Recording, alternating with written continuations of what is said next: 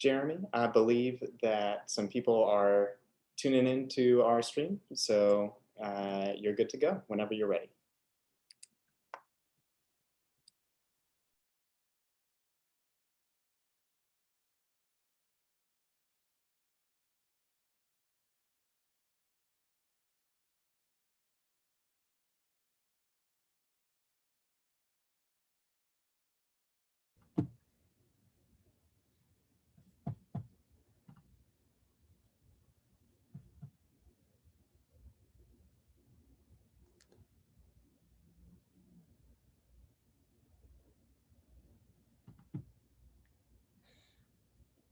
Okay, I think we are ready to begin.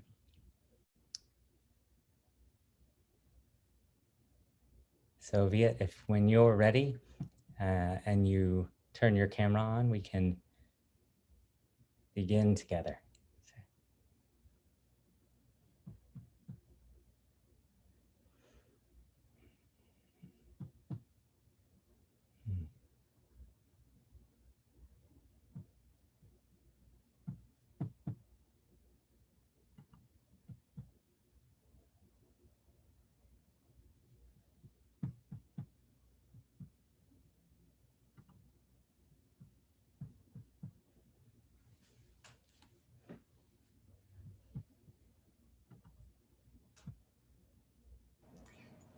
You know, we were just speaking, can you hear me right now, Jeremy? Yes, I can. We're just speaking about technical complications before we went online. And of course, something weird has happened where I cannot find the screen, but if you can hear me, then I can still talk. All right. Can you see me? Yes. Okay, good. I can't see you, but you know, that may not be so important. If you can see me, I'm ready to go. Okay. I can see you, and I think we will be able to see you on YouTube as well. I've got that running on the side. So thanks for bearing with us. It's an adventure in technology. So. My pleasure. Okay. So, and I'm watching it on a 20-second delay. Looks like everything's good. So we'll begin here, and it will be streaming out to everyone else as well. So, okay. So with that, friends, let me offer just a brief introduction, and we'll get right into our lecture and conversation. First, just a word of welcome. My name is Jeremy Rutledge, and I'm the senior pastor at Circular Congregational Church in Charleston, South Carolina.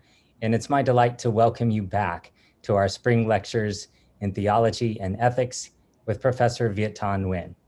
As we begin, I would like to thank Catherine Cullinan and Tyler Ung for working behind the scenes to make this possible and working this evening to make this possible. I'd like to thank the Circular Church Endowment for underwriting these lectures so that they could be free and open to all. And I'd like to thank each of you for joining us for this important conversation. A quick word on our format. This will be similar to last evening. Viet will offer us a lecture. And sorry, I'm getting a message about the technical bits. I think it's working. So the format will be a brief lecture, then we'll have some time for conversation, and then we'll invite some guests for Q&A, and then also have questions from the larger group. Feel free to enter your questions into the comments at any time, and we'll do our best to get through as many as we can. So the brief introduction would be this. Professor Viet Nguyen teaches at the University of Southern California. He's a MacArthur Fellow, and after last night's presentation, based on all the texts and emails I received, I can confidently say he's one of our most popular lecturers.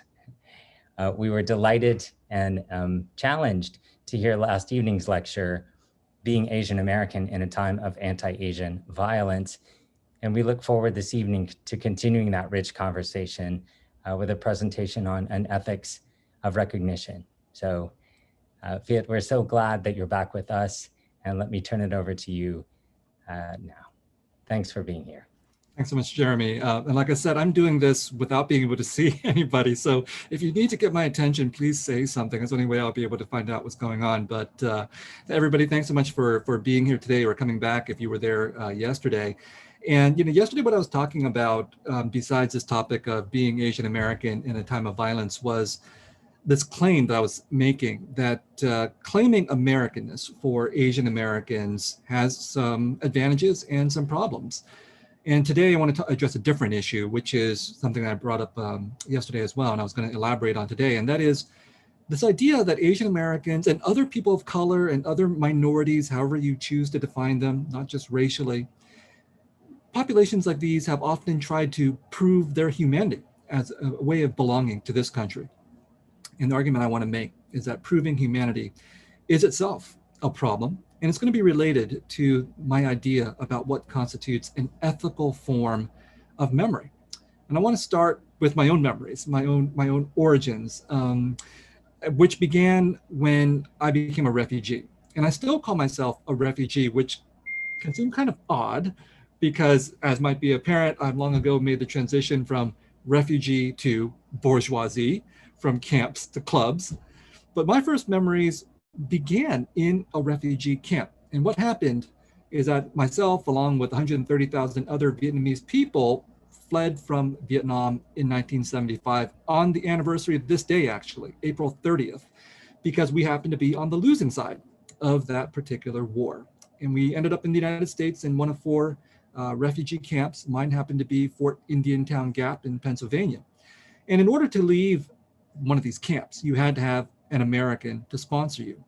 In my family's case, there was nobody willing to sponsor all 4 of us. So one sponsor took my parents, one sponsor took my 10-year-old brother, and one sponsor took 4-year-old me. And this is where my memories begin, howling and screaming as I'm taken away from my parents.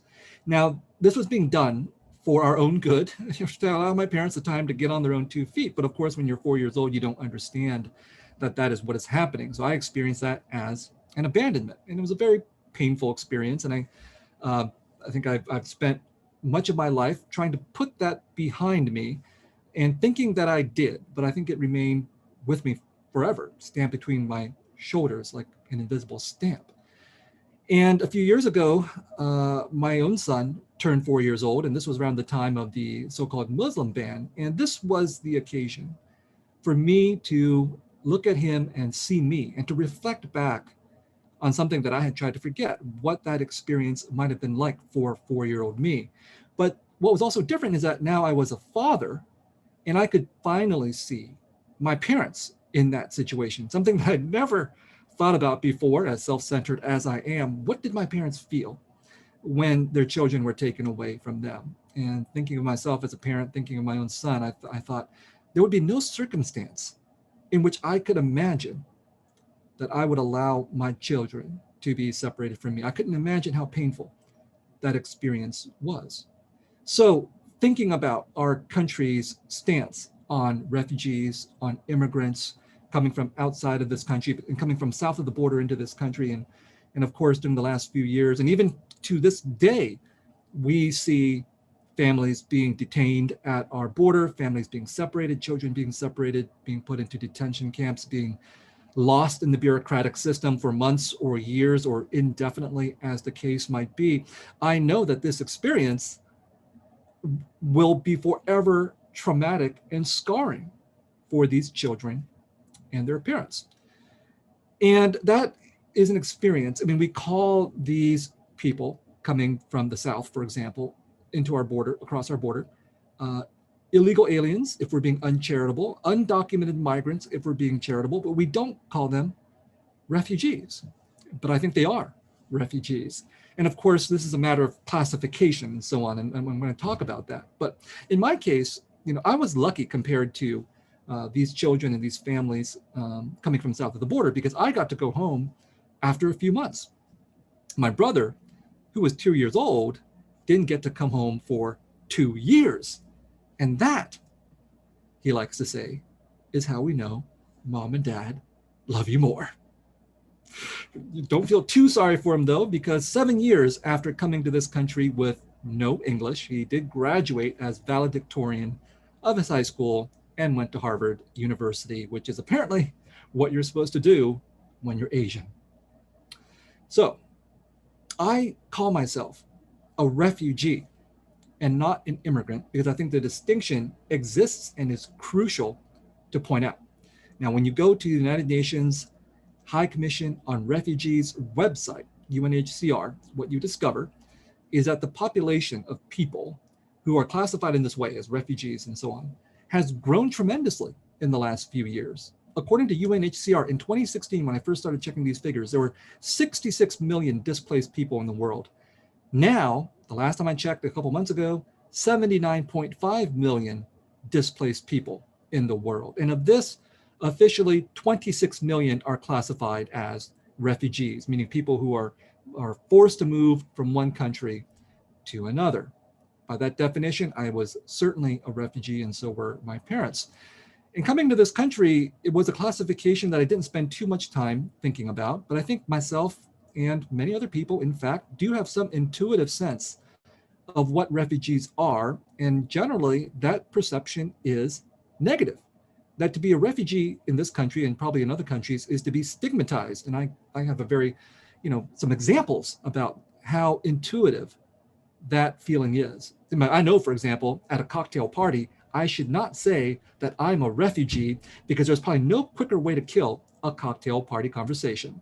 Americans just have no idea what to make out of that experience. Now, if you tell an American in a cocktail party that you're an immigrant, the reception in many places, not all cocktail parties, but in many cocktail parties, probably will be a positive one. Welcome to our country, or tell us about the colorful country you came from and what obstacles we know you must have overcome to achieve the American dream.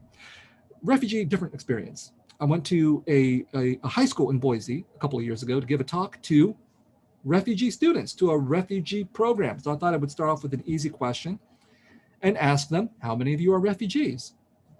Almost nobody raised their hands. Now, these teenagers who had been in this country a year or 2 or 3 years had somehow understood that there was something wrong with being a refugee, because when I asked how many of you are immigrants, then they started to raise their hands. Now, these Vietnamese refugees who came with me in 1975, some of them ended up in Louisiana. And 30 years later, Hurricane Katrina happened, displaced tens of thousands of people. And some in the media called these people refugees. And President George Bush at the time said it's un-American to call these people refugees. Now, a lot of them also happen to be Black. And for perhaps the only time in history, Jesse Jackson agreed with George Bush and said that it is racist to call African-American people refugees. So I thought, great. We refugees have succeeded in bringing America together in hating us. So there's a huge incentive for people who are refugees not to call themselves refugees and to mask themselves as immigrants, which is why I think it's so important, so urgent for those of us who are refugees like myself to identify ourselves as such and to stand up so that we can be counted among the refugees and to express solidarity with the unwanted. And I've always wanted to embrace this refugee experience. I certainly embraced it intuitively without knowing the word for it. But knowing the word for it and the concept behind it and the history behind it makes me to want to embrace it even more. Not all Vietnamese refugees, however, feel the same way. Now, we still have these populations coming to our doors, our borders, asking to be let in. And there are some former Vietnamese refugees who say, don't let them in, because we were the good refugees and these people are the bad refugees. Well, I grew up in the Vietnamese refugee community of San Jose, California in the 1970s and 1980s. And let me tell you something, there were a lot of bad Vietnamese refugees. We did it all. Cash under the table economies, welfare fraud, insurance scams. We were so bad, we invented a crime that the San Jose Police Department had to come up with a new name for. the home invasion, where young Vietnamese gangsters would break into Vietnamese homes hunting for cash and gold. So we were not the good refugees. We were the lucky refugees. You have to remember that in 1975, the majority of Americans did not want to admit refugees from Southeast Asia. But through an act of Congress, because Congress was probably feeling guilty a little bit about the war in Southeast Asia, and because Congress recognized that it was good politics to let in refugees fleeing from newly communist countries, we were allowed in. So we were lucky. And to even use this language of good and bad refugees and the corollary, good and bad immigrants, is really problematic because it raises certain kinds of questions. What makes someone a bad refugee or a bad immigrant? Now, all those Vietnamese refugees that I know who skirted the law or outright broke it and committed violent crimes, yes, that was wrong. But what made them do these things? Was it possibly because they came from a war-torn country where people had to be corrupt, had to cheat the system in order to survive? Was it possibly because the young boys and men who committed these violent acts had uncles and brothers and fathers who were soldiers who had been deeply traumatized by a very violent war? And what makes someone a good refugee or a good immigrant? My brother became a doctor. I became a writer and a professor. There's so many doctors and lawyers and engineers and out there, all noble occupations. They've done good for themselves and for their families, but what good are they doing outside of that? So I can't help but feel that the language of the good refugee, the good immigrant, is a test of acceptability. That really means what we want as a country. If we use this kind of idea, this terminology, what we want are only the exceptional refugees and the exceptional immigrants. But we can't base our immigration and refugee policy just on people who might become Pulitzer Prize winners. Now, I, for one, believe in an America that is equal for all, in which refugees and immigrants have the right to be mediocre, just like every other American. So, I over the course of yesterday and today, maybe I've been giving you the impression that being a refugee is a really terrible experience. It is, generally speaking, but it's not all bad. I think being a refugee has given me the requisite emotional damage necessary to become a writer, and I've done my best to pass on that damage to my son. So, like many other little boys, he likes Legos. He's always asking for Legos all the time. And if you're a parent, that you shouldn't say yes. So sometimes I have to say no. And I say, no, you're not going to get these Legos. And I ask him, do you know why you're not going to get these Legos? You don't think about it for a moment. And I'll say, because you're a refugee? And I say, absolutely right. I want him to know empathy for refugees. I want him to know that his parents and all of his grandparents are refugees. And that gets us to the subject of memory. When should we remember and how should we remember? An ethical question. And I want him to remember because these are his people, his parents, his grandparents, his cousins, his extended family, and so on. And I call this kind of memory an ethics of remembering our own. That is, it is ethical for us to remember people who are like us, people who are part of our family, people who are part of our community, people who are part of our nation. And so it's crucial for refugees to remember other refugees and immigrants. Now, the complication of this ethics of remembering our own is that it has some other purposes. Because if we were to talk about the former president, and I find it hard, honestly, to use the word ethical with our former president, but he did express a form of ethical memory that is the ethics of remembering our own. By putting America first, by saying during his inauguration speech, you will never be forgotten again. Of course, he didn't mean me, but he meant a different kind of you, but nevertheless, he was reaching out and expressing that version of ethical memory that is arguably a white nationalist form of ethical memory. So many different communities can engage in this ethics of remembering our own. And unfortunately, the ethics are sometimes oftentimes inevitably find themselves with a corollary of forgetting others. So what's the next step after that? I went from an ethics of remembering our own, that is remembering myself as a refugee, remembering other Vietnamese refugees, to embracing other refugees who were not like me. And I call this model of ethical memory the ethics of remembering others, whereby we extend our sense of kinship from our own to others. And I think we really have to remember here that what we consider to be natural is oftentimes highly constructed. Because what is natural about remembering people who are also Americans? We will never encounter most Americans in our lives, but somehow we feel them to be a part of our community in the most ideal circumstance. So we do in fact learn kinship. We do in fact learn to think of some people as our own and some people as others. But the ethics of remembering others is very deliberate in extending its sense of affiliation and kinship to people who we already think of as somehow different from us. And I like to think of this project as a way of bringing the far and the feared and making them become the near and the dear.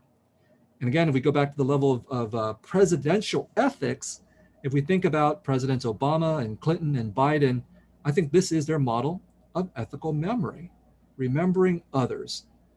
It's explicit in the calls for diversity, inclusion, multiculturalism, representation, and so on. It's very heartwarming for those of us who believe in this model.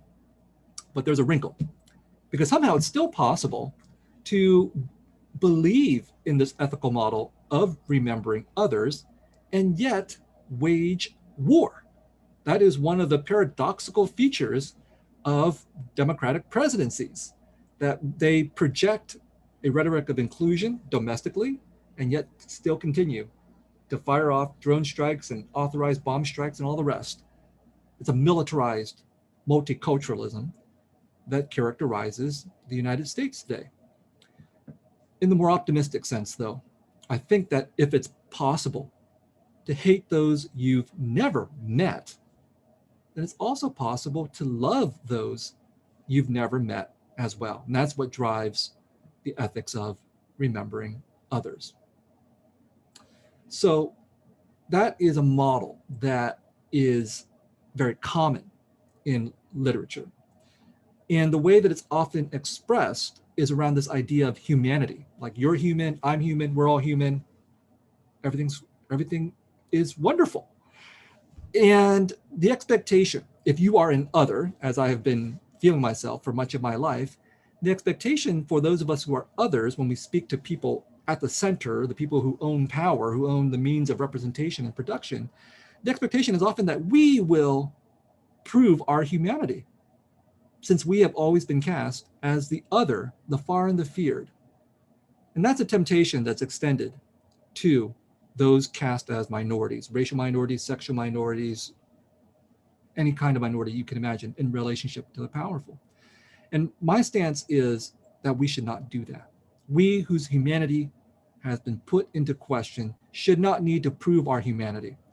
And people who can take their humanity for granted should not expect others to prove their humanity to them. It's a very problematic position to put people in.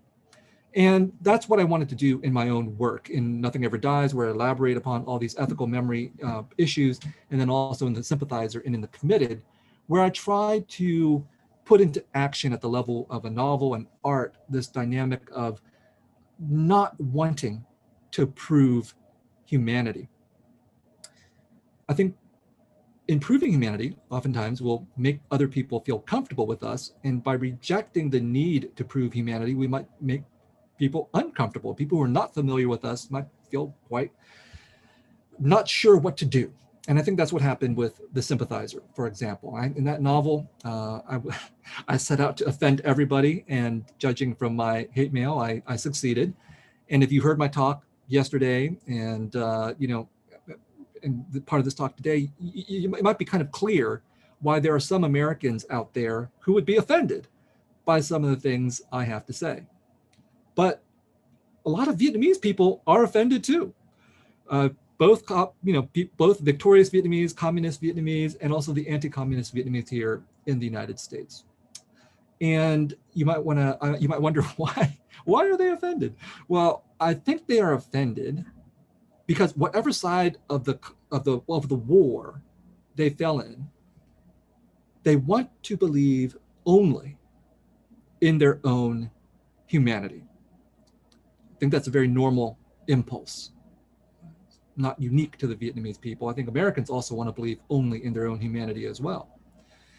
So they want to believe only in their own humanity, but this is a mistake. It's an ethical mistake with serious consequences. And I think the reason why it's a mistake is we not only should not believe only in our own humanity, we shouldn't need to prove our humanity because we're already human. Trying to prove our humanity is in fact a sign of our inferiority. The majority gets to take its humanity for granted. So why and what do we, who are cast as minorities or as others in whatever circumstance, why and what do we need to prove? And I can't help but think that those of us who agree to proving our humanity are agreeing with the project of colonization. And I mentioned briefly yesterday that I would talk about this.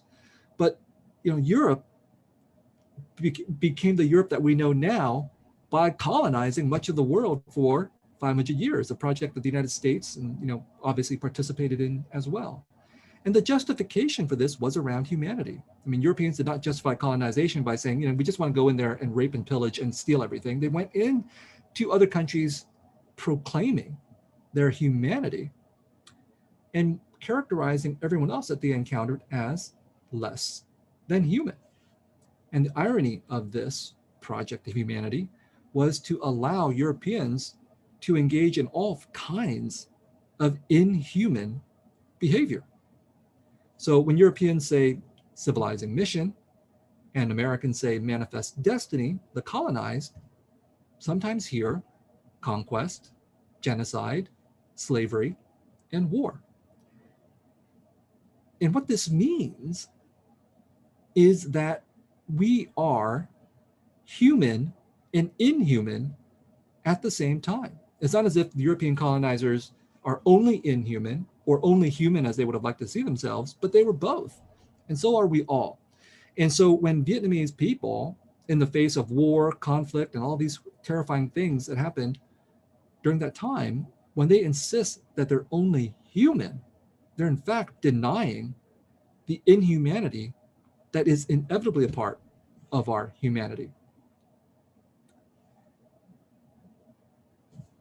The tricky thing here is that eventually the colonizer does get to a point where he, she, or they claim both their humanity and their inhumanity. I'll give you one example of this as an example I mentioned yesterday, the movie Apocalypse Now, a movie that caused me a lot of trouble.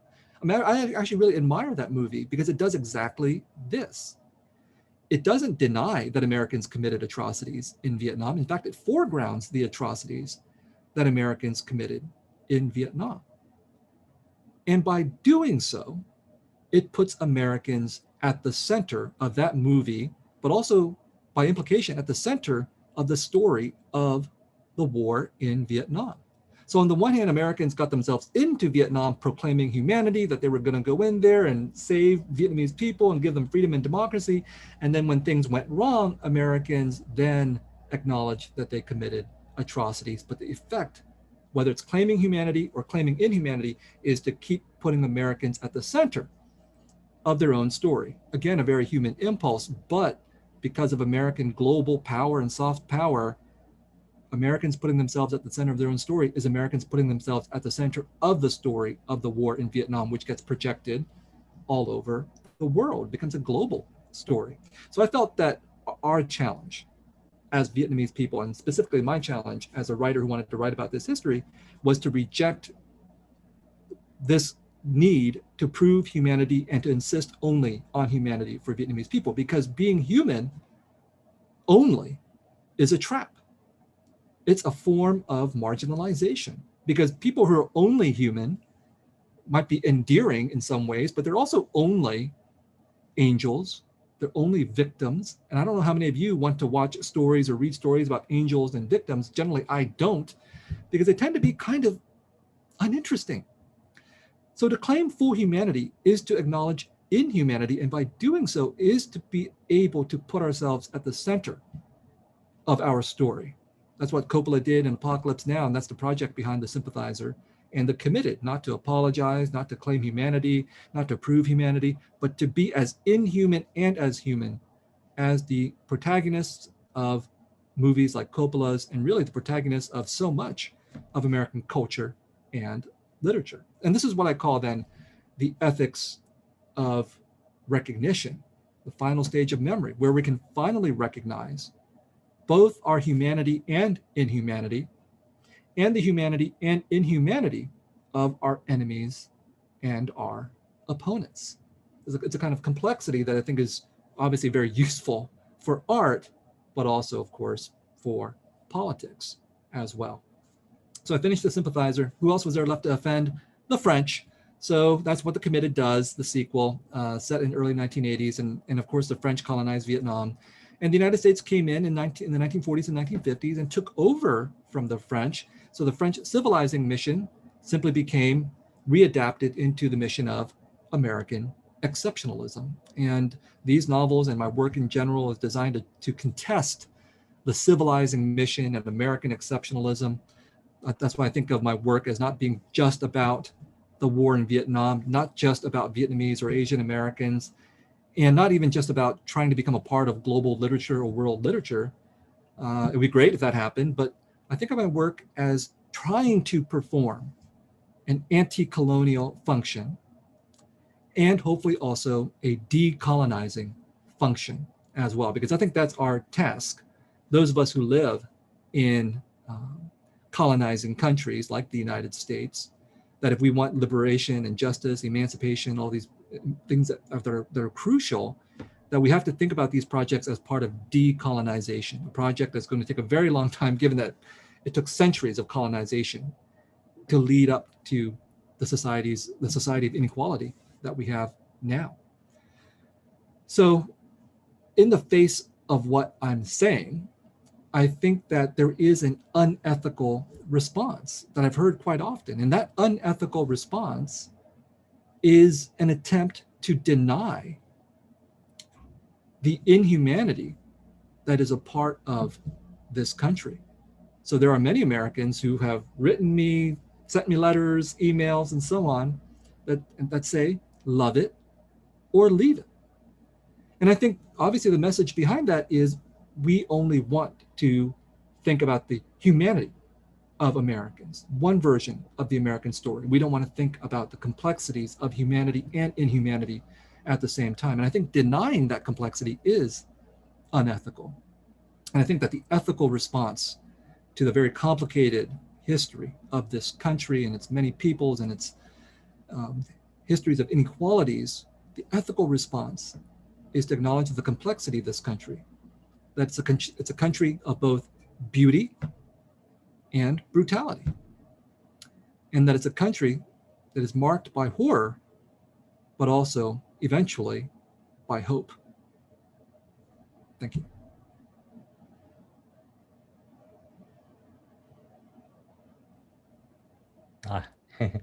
Thank you so much, Viet. I think the most difficult part about being on Zoom is that you cannot see us all and see our body language and see us agreeing or smiling and then certainly thanking you at this time. So we're all out here saying thanks. I think I'm the voice on the screen, but there are so many others. And I have many questions, but I really will just ask one and then we'll bring in others. And it's in some ways it's a general question, but I wonder, in your narrator, in your own voice, I hear such a struggle with conscience, and I hear such a conscientious voice, and I just wonder if you might say a little about your own understanding of conscience or where that comes from, either for your narrator, for yourself, or maybe by extension to all of us who are trying to be, fully engaged human beings. Well, yesterday we had a conversation with Fu about religion, Catholicism and Christianity, and I talked a little bit about how I was raised in a very devout Catholic household and raised in a very devout Catholic Vietnamese community, and had a very Catholic education with the Jesuits. And I think that is probably where my conscience comes from. We all know, I think, the ethical and moral teachings that I'm referring to here, but as I mentioned yesterday, I don't believe in the institution of the Catholic Church. I think what we see there is, wonderful ideals that have been corrupted. Maybe I'll offend people by saying that, but this is not unique to Catholicism or to any other religion. My cynical voice tells me that anything beautiful and idealistic that human beings have come up with, they've also corrupted as well once they put those ideals into an institution. That's what's happened with religion. But the ideals are still powerful, and the stories that I absorbed growing up stayed with me about what kind of ethical and moral vision is necessary for a just society. One in which, we need people who are willing to speak out and to speak up, particularly against the corrupt authorities, including our spiritual and moral leaders. And then this was compounded by watching what my parents went through. And I'm grateful that my parents were not hypocrites, that they both told me these Catholic tenets and they lived them as well. But then I also saw them suffering as refugee shopkeepers, working really hard. And I knew that we were here in this country living this existence because of a war that was waged over which we had no control. So I think it was this development of conscience was a matter of connecting all of these different kinds of dots. That if one is to believe, as Jesuits do, that one should be a man for others, and I went to an all-boys Jesuit high school, then we should be for all kinds of others, not just our own kind of other. And by that I mean, I think when I spoke about Vietnamese refugees who said we're the good refugees, they're the bad refugees, I think what I'm describing is a very human process by which we obviously do not like to be mistreated, and we don't like people who are related to be mistreated, and we'll call out for justice. But then when we see other people being mistreated, we may not extend that same sense of outrage and passion to them. And that, I think, is a serious failure. And so, I really do believe that if we believe in a world of justice for others, it's a world of justice for all others. And so once you embark on that perspective, then everything becomes linked. So the project of justice never stops. And we should always be looking for where our own political, moral, ethical blind spots happen to be. And that, again, the final thing here is, this is why I think bringing up the question of colonization is so important, because if we were to think about all the various kinds of many injustices and inequalities we have in our society, from, different kinds of racisms directed at different kinds of people, to police violence, to, prisons and so on, we could try to think of each of these things as isolated problems. And if we were to think in that way, we're never actually going to solve them. But if we think of them as being connected, as being networked, as being descended as part of this complex genealogy that, in my mind at least, goes back several hundred years to the project of colonization that made this country and other countries, then I think we can see that racism, police violence, prisons, unequal education, these kinds of things, they are all outcomes of this originary moment of violence and conquest, which is still shaping our present. And that to me is a project of conscience and a constant expansion of our sense of being able to identify with others who may not seem to be like us on the surface, but who are actually, in fact, historically connected to us. Yeah, thank you. Thanks. I want to invite others into the conversation as well, although I'm not as comfortable with the use of the word other. Let's invite friends into this conversation. Sharon Welch is here with us. And Sharon, let's invite you in. Some of you will remember Sharon as our 2016, I believe, fall lecturer. So she's a dear friend, coming to us from Meadville Lombard Theological School in Chicago, and also our friend, Professor Mari Crabtree from the College of Charleston here in town in the African American Studies Department. So friends, let me toss it to you for some questions as well. Welcome. Do you have someone you want to go first? I'm sorry, it doesn't matter. So Mari, how about you first? Sure. So thank you for both of your talks yesterday and today. And as someone who studies the African American experience, I think a lot about the work of writers in the African American tradition and witnessing. So, James Baldwin described himself as a witness, right? He was a witness to the struggle for liberation for Black people, right? He was a witness to the beauty and the grace of Black people. He was also a witness to the most horrific elements of white supremacy inflicted upon Black people.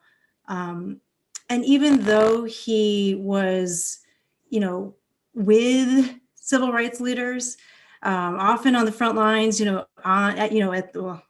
the marches, right, giving speeches, he always understood himself to be a witness rather than like an activist, so a witness to the movement.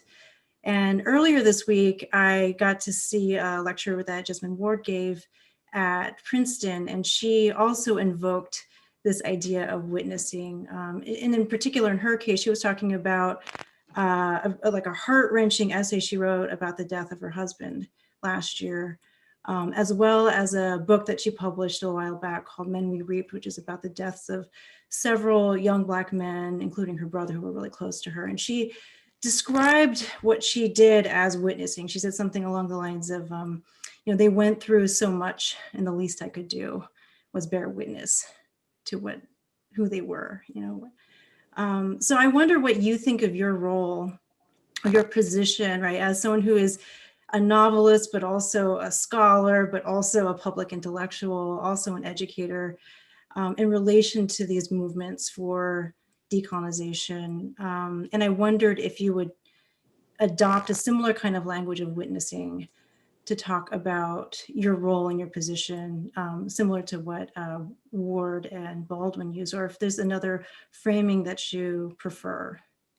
Well, thank you for that. I think that that being a witness certainly does encompass some of the things that writers are probably best at doing. And when I talk about, what I saw in the Vietnamese refugee community, what I saw in my own family, that is a form of witnessing. And of course, what a writer does is not simply to witness, but to write, to put that witnessing down onto paper and to make stories out of them. And that certainly would define part of what it is that I do. And I think that is crucial because the societies in which we live don't want the witnessing to take place, right?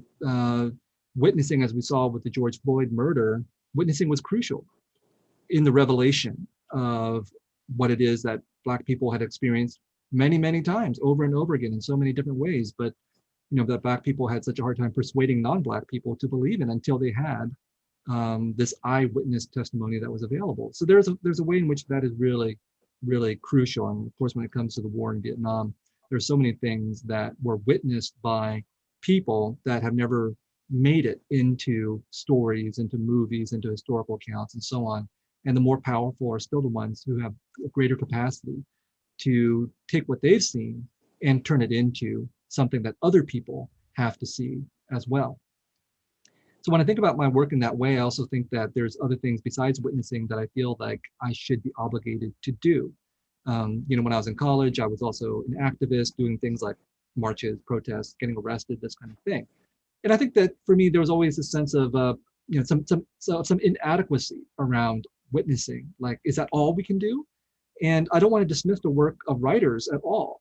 Me being a writer myself, but I feel constantly conflicted that maybe we should be doing more than witnessing as well, even though witnessing itself is incredibly important. And the power of a great novel or of a great essay is tremendous in terms of what it can do in reaching out to people. But nevertheless, I feel this sense of guilt around not doing enough. And that probably has something to do with the previous answer, where we think about, Jesus was not just a witness, but he went out there into the temple and he overturned the tables and so on, all that kind of stuff. Action, physical action, leadership is also important. So it's always a very tricky issue for me to try to figure out for myself how much is enough in terms of doing things outside of the writing. So that's why I think for me, the writing is not ultimately only a form of witnessing, although it is that, but there are parts of the writing which are also meant to be provocation. Like that would be the equivalent of going and physically disrupting something, is the kind of provocation that writing can do, not only to bear witness, but to provoke people. And that's what I meant when I said that sympathizer was designed to offend people. It wasn't just designed to bear witness to the sufferings of Vietnamese people of whatever background. It was designed to deliberately antagonize people who I thought had become too settled in their memory of history, whether those were Vietnamese people or Americans. So I think provocation is something that I still think is as an important task for writers when they're faced with injustice. Thank you.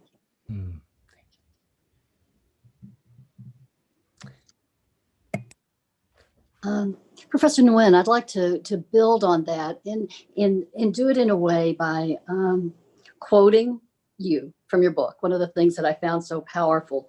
And you're talking about using our power. And I think it's how we use our power, both as witness, as we use our power both to dismantle systems of injustice, as we use our power to try to create more just practices in institutions. And two sentences really stood out to me. Where you said, our use of power must be done with the full awareness of our own humanity and inhumanity, our capacity for both good and bad. And you talk about the territories for powerful memory. The low ground forces us to confront our persistent humanity. The high ground reminds us of our potential for humanity. And one of the things that I'd like to ask you to share with us more is how you learned how to hold these things together. Because I know from me growing up where I was a Marxist and was opposed to the war in Vietnam, and it was very powerful when I read Michel Foucault, who you quote in the book. And he was saying that those of us who are Marxists, we can't just disregard the Gulag Archipelago and the suppression of political dissent. What was it about our sense of the dictatorship of the proletariat that we then became agents of such oppression? We can't just blame that on someone else. And yet it seems that there's an awareness of our potential for inhumanity that isn't the kind of giving up on it or denouncing it that goes with many Christian understandings of original sin. And where I found a very different understanding of balancing humanity and inhumanity. And I'm wondering if these are traditions that you've worked with as well. And if not, I would love to know what happened when you do. Is for me, I've learned so much about a different way of acknowledging both of those. From the 15 years I spent teaching with Carolee Sanchez, who's from Laguna Pueblo, and reading the work of Leslie Marmon Silko, also from the Laguna Pueblo, and the writings of Robin Wall Kimmerer, who's from the Potawatomi Nation. And one of the things I learned early on from Carolee Sanchez is that she said there's this fallacy that Native Americans are better at taking care of the natural earth, somehow intrinsically. And she said there could be nothing further from the truth. We're better at it because we remember how horrible we've been at it. We remember the way we overgrazed and overhunted and the way we damage the earth, and we have rituals because we know that evil in us, that inhumanity, never goes away. And so we have to have rituals to check it. Robin Wall Kimmerer talks about the way in the Potawatomi people, there's a sense of the Wendigo, this sense that we can become so focused on belonging, and especially times of scarcity, we want more and more and more and more, and just our own needs, and we would take pleasure of taking away from other people. And she says, and what's amazing about the Potawatomi, they don't see that just in white people and Europeans, they see that as a tendency in themselves. And again, the kind of, we respect, we know we need each other to check that, as well as to nurture our best.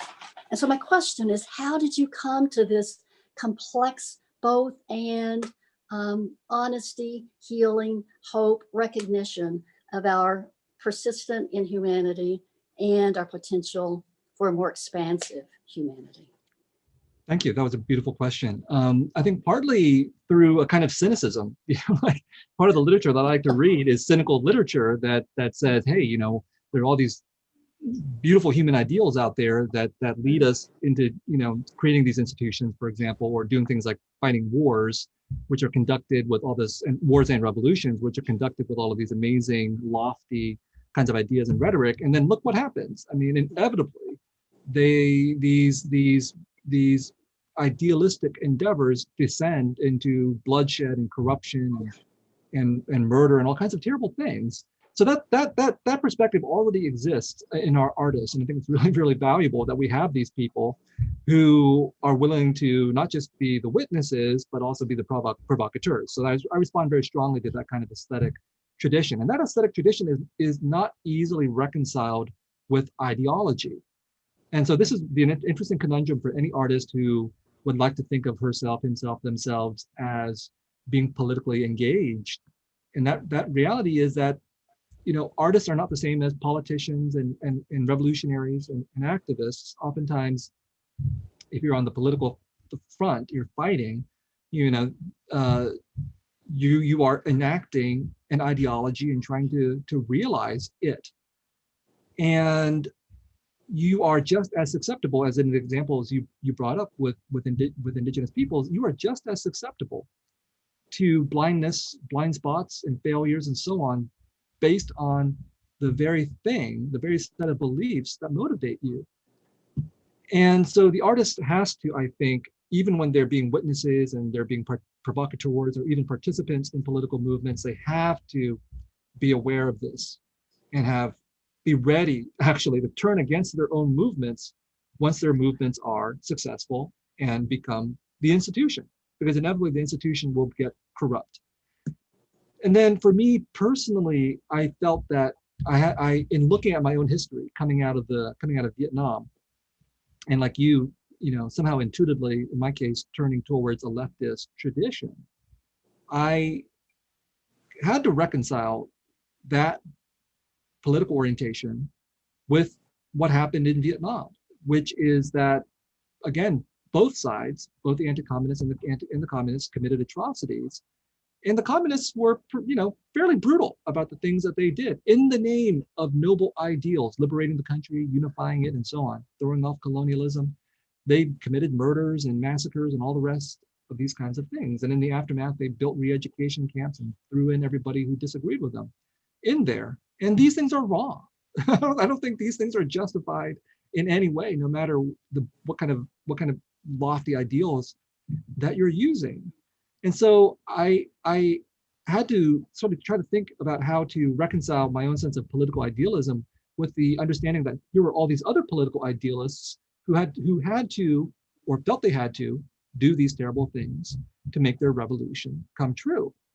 And even to continue doing these things after the revolution had been won.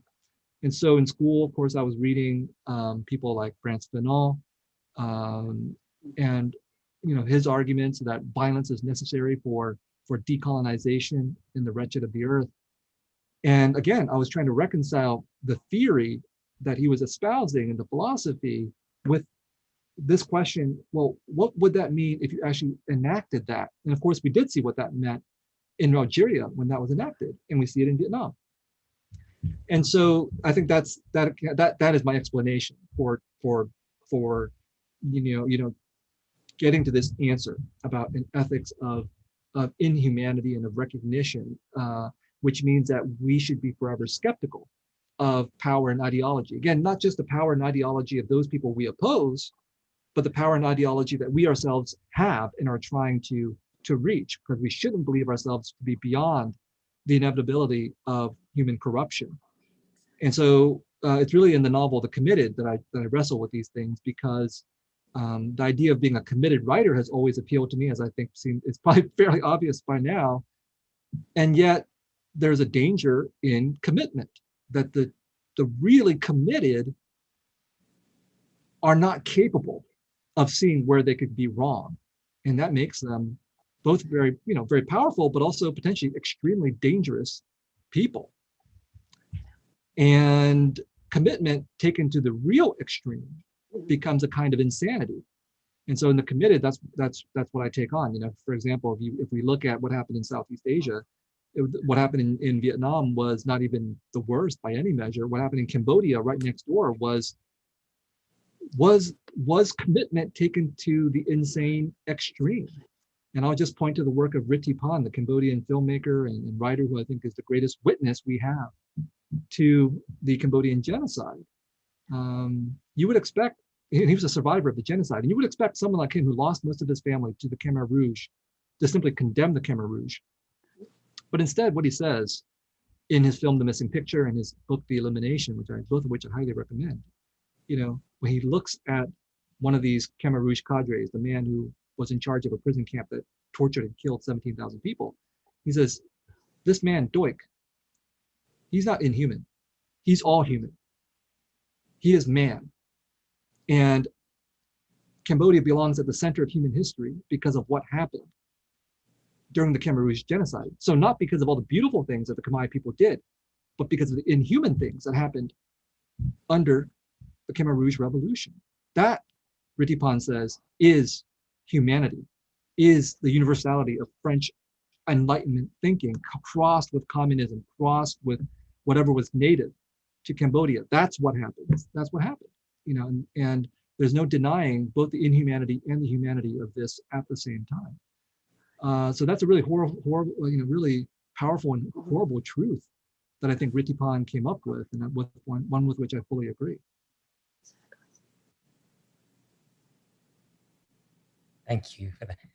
I'd like to raise up, if possible, I know our time is short, a couple of questions that came in. Maybe we could try to get to. Let's see how we do on time.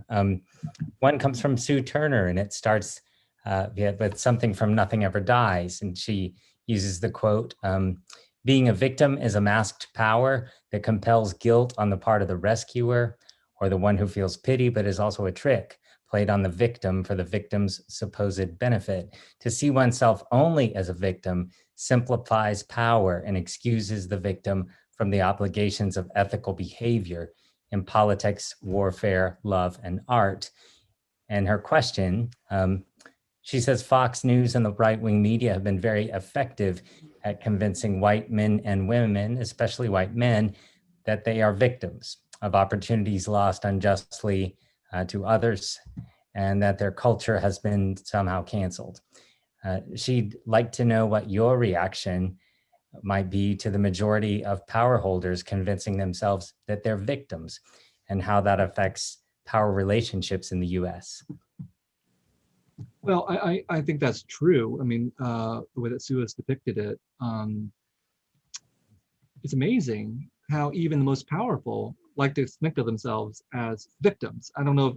I mean, part of it, I'm sure, is strategic and cynical political calculation, but part of it, I think, is probably genuine, a genuine emotional sense of victimization. Because, for example, if I were to put myself in that situation of a particular kind of white person that she's describing, then I could perhaps see myself as being someone who's lost things. I've lost this privilege or that prerogative or this entitlement and so on. And I don't see that as a form of justice, but I would see that as a form of me being victimized. And that is a state that allows you both to struggle for power, as I think we're witnessing, but also to deny one's power as well.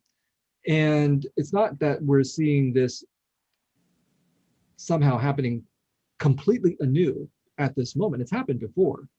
And broadly speaking, across all of American culture, not just the particular subset that Sue is describing. But for example, 9/11, at that moment, if you remember back, the overwhelming sense of, I think, response by Americans was that they were being victimized. They were the victims of this assault. And of course they were, in one sense. But I remember Barbara Kingsolver, the writer, coming out very courageously, I think, almost immediately, writing an essay saying, yes, the bombing is terrifying and terrible, and 3,000 plus people died. But the United States does this on a very regular basis to other countries. And we never recognized that. Most of us never recognized that happening. And she was obviously widely castigated for contesting the widespread sense of victimization that Americans felt. So I think the only point here is simply to recognize that victimization is a powerful form of political mobilization that is not unique to one particular kind of ideology, and that's something that it is something that we need to obviously recognize when it genuinely happens, but we also have to recognize how it's so tempting for us to think of ourselves as victims in that way, both people who belong to a majority and people who belong to a minority as well, because for a majority, it allows them to try to hold on to their power through the sense of victimization. And for minorities, I think victimization is really troubling because on the one hand, it allows us to speak about genuine atrocities that might have happened to us.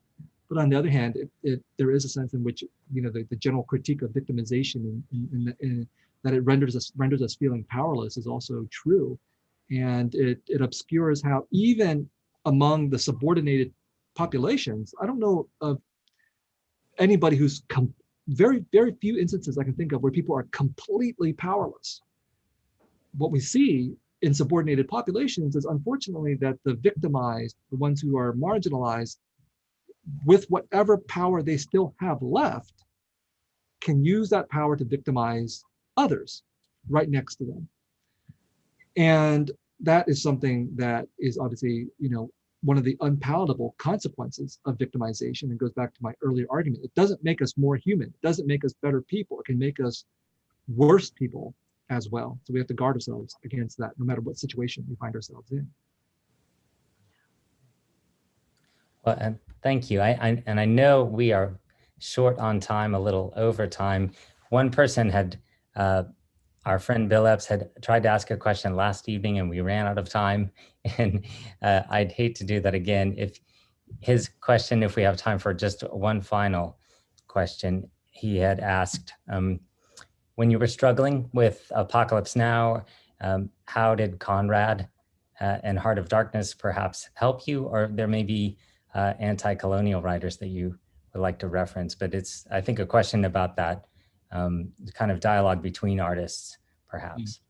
Well, of course, there's a very famous Chinua Achebe response, and Chinua Achebe wrote Things Fall Apart, and he had an essay contesting Conrad and his depiction of Black Africans. And I think that it's not an exchange, but that novel and then that response, I think, is so relevant today still. I mean, it very much helps to define, so many responses by formerly colonized peoples or minoritized peoples or whatever, who are responding to artistic depictions in which people who look like them are marginalized and even dehumanized, even in a project that is against colonization, as I think Heart of Darkness is. And so Apocalypse Now and Heart of Darkness do many of the same functions, being critical of dominant power, whether it's colonization or war, and yet again, putting the colonizers' experience at the center and marginalizing and distorting the lives, the histories, the perspectives of the colonized. And so for someone like me, that's why my relationship to Apocalypse Now is a little bit ambivalent, because I will criticize it forever, but I also will say, I think it's a pretty good movie. I think that it aesthetically does some amazing things, and likewise with Heart of Darkness, but I'm not in a position to tell Achebe he's wrong about Heart of Darkness. I'm just simply saying that that dynamic is a very legitimate one, and one that we need to pay attention to. But it doesn't condition how everybody responds to a text like Heart of Darkness or Apocalypse Now, and that it's possible to both recognize an aesthetic work's great accomplishment and yet also recognize how part of that greatness comes directly from the contradiction of subjugation that it's depicting. And so my revenge on Apocalypse Now is not simply to satirize it as I did in The Sympathizer, but to try to do what it itself is doing, but against in this case the United States in The Sympathizer, and against France in The Committed, that the sweetest revenge that the colonized can do well, I guess there might be more than one form of sweet revenge. One form of sweet revenge is to tell our stories, but the other form of sweet revenge is to take it to the man in our own work and to give the colonizer a taste of their own representational medicine. Well, amen. Since I'm a pastor, I can say that.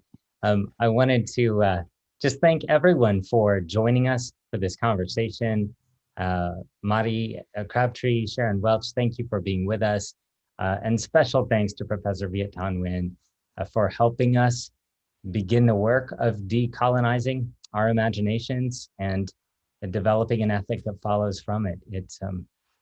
It's been a delight to be with you, and also a wonderful challenge. So thank you for your time with us, and thank you everyone for such a good evening.